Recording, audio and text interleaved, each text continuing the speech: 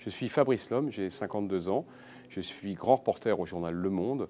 J'ai écrit de nombreux articles dits d'investigation et par ailleurs pas mal de livres avec mon collègue Gérard Davet, dont le dernier qui s'appelle « Un président ne devrait pas dire ça » et qui a sans doute contribué à la non-représentation de François Hollande.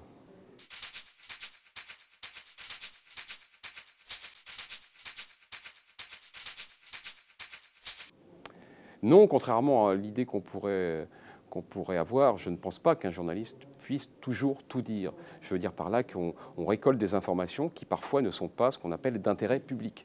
Par exemple, des éléments qui vont relever de la vie privée d'une personnalité. À partir du moment où ça n'interfère pas sur son action et que ça ne concerne pas les citoyens, il n'y a pas de raison de le dire.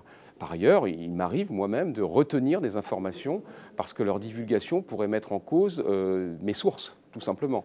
Et puis, il y a encore d'autres cas où c'est le citoyen qui prend le dessus sur le journaliste. C'est-à-dire que je vais détenir une information, ça m'est arrivé, dont la révélation pourrait compromettre, par exemple, la vie de citoyen. Et dans ce cas-là, même si l'information est très bonne, bien entendu, je préfère ne pas la publier. Donc, on doit publier le plus de choses possible, mais on ne peut pas tout publier.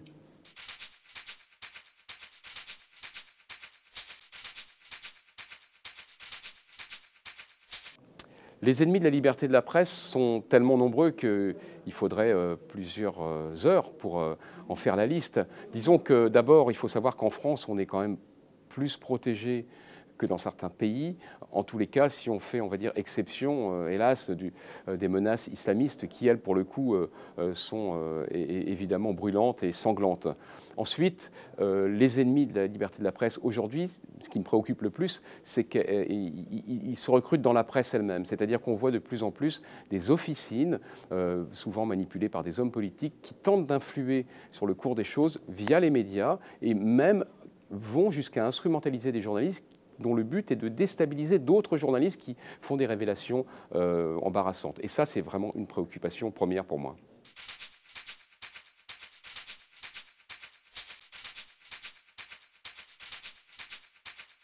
Alors, à l'évidence, les réseaux sociaux ont bouleversé le paysage médiatique. Personne ne peut le contester.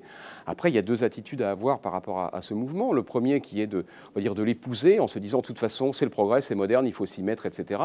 Et le second, c'est celui que j'ai choisi, qui est de voir ça avec recul, distance, d'acter le fait qu'ils sont présents, ces réseaux sociaux, mais que ce n'est pas pour autant une raison pour nous, journalistes, de nous jeter dessus. On a vu encore récemment des informations qui étaient publiées à toute vitesse, sans vérification, et qui se révélaient fausses. Donc moi, je pense qu'il faut utiliser les réseaux sociaux pour ce qu'ils sont, c'est-à-dire un éventuel contact avec un public plus large. Mais par contre, pour la diffusion d'informations, moi, je pense qu'il faut rester sur des schémas plus classiques, c'est-à-dire prendre le temps de vérifier une information avant de la publier.